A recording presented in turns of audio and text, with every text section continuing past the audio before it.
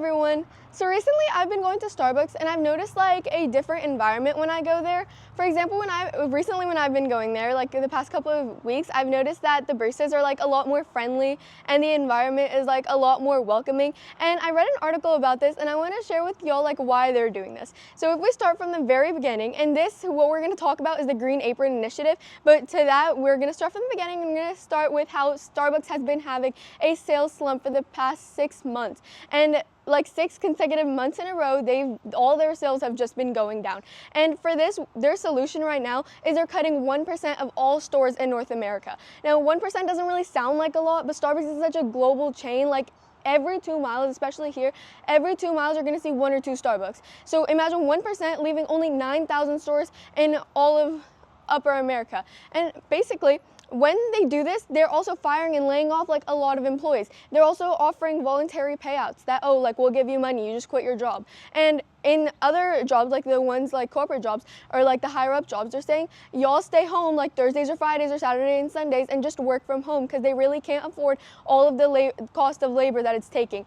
And with this cost of labor just going up, they need to make money somehow, especially because like no one's just coming to them. So they have to increase their product, like their drinks or their food. And if the product's prices are just going so high, no customer is going to want to come buy a $10 latte when they can just go to Dutch Bros or Luckin or Dunkin' and just buy it for $5. And their competitors are obviously coming up, and it's like really neck to neck. So what Starbucks is doing is that they're offering something that Dutch or Dunkin' can't have. For example, Dutch is a drive-through chain. So in Dutch, you can't get that like connectivity, hospitality like effect. So what Starbucks is doing is that they're retraining 200,000 of their employees to make it more welcoming for the customers, to make them want to keep coming back.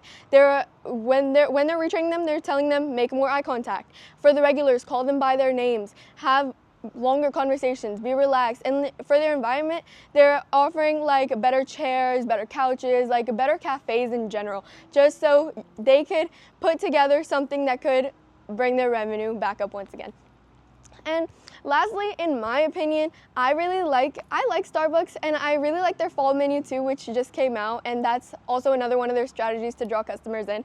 But my overall favorite is Dutch Bros. It's just like I like their variety more, even though Starbucks has the most variety out of all the cafes, because obviously when you go there, and we have a video about this as well, and when you go there, a latte can be done in like 10 different ways with this type of milk or oat milk or whole milk, and with whipped cream on top or this on top. So all of these things coming together make Starbucks who it is, but it's still like it's going down, but they're taking the green